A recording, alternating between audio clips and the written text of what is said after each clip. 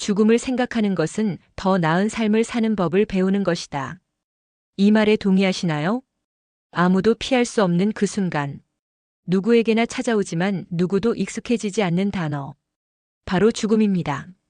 오늘 우리는 이 무겁고도 불가해한 죽음이라는 주제를 철학자들과 함께 바라보고 그 속에서 삶을 되돌아보는 여정을 떠나보려 합니다. 플라톤은 죽음을 영혼의 해방이라고 보았습니다. 그에게 있어 인간의 본질은 육체가 아니라 영혼에 있고 죽음은 오히려 진정한 세계로 나아가는 귀환입니다. 그가 쓴 파이돈에서 소크라테스는 독배를 마시기 직전에도 담담하게 말합니다. 나는 이제 진리의 세계로 간다. 죽음을 두려워하지 않는 살. 그건 지금 내가 올바르게 살고 있다는 증거이기도 했습니다. 에피쿠로스, 그는 이렇게 말합니다. 죽음이 우리에게 아무것도 아니라는 것을 아는 것이 삶에서의 모든 두려움을 없앤다. 왜냐고요? 죽음은 우리가 존재하지 않는 상태이기 때문입니다. 살아있는 동안 죽음은 오지 않고 죽음이 오면 우리는 더 이상 존재하지 않기 때문입니다.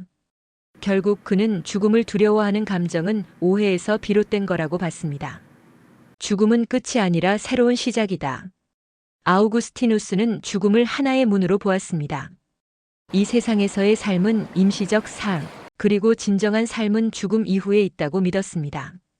그는 죽음 앞에서 두려움이 아니라 기대를 가졌고 그 기대는 곧 신에 대한 믿음이었습니다. 인간은 생각하는 갈대다. 죽음을 피할 수 없는 연약한 존재이지만 죽음을 인식할 수 있는 유일한 존재이기도 하다. 파스칼은 이렇게 말합니다. 인간은 유한하지만 생각을 통해 무한을 바라본다. 죽음을 바라보며 살아가는 것이 바로 인간이 인간다울 수 있는 이유라고 본 것입니다. 하이데거는 인간을 죽음을 향한 존재라고 정의합니다. 죽음은 삶의 반대가 아니라 삶의 일부입니다.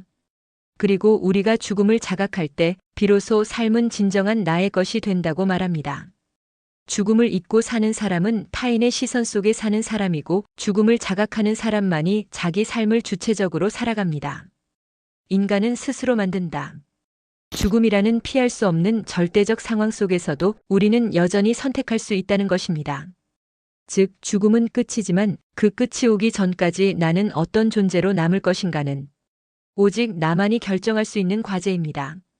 삶은 본래 의미가 없다. 하지만 인간은 의미를 찾는다. 카미는 죽음을 부정하지 않았습니다. 오히려 그 죽음이 반드시 올 것을 알기에 지금 이 순간의 삶을 반항적으로 긍정해야 한다고 말합니다. 시지프처럼 돌을 굴리는 고통스러운 삶이라 할지라도 그 과정에 나만의 의미를 부여할 수 있다면 우리는 행복한 시지프가 될 수 있다고 그는 주장했습니다.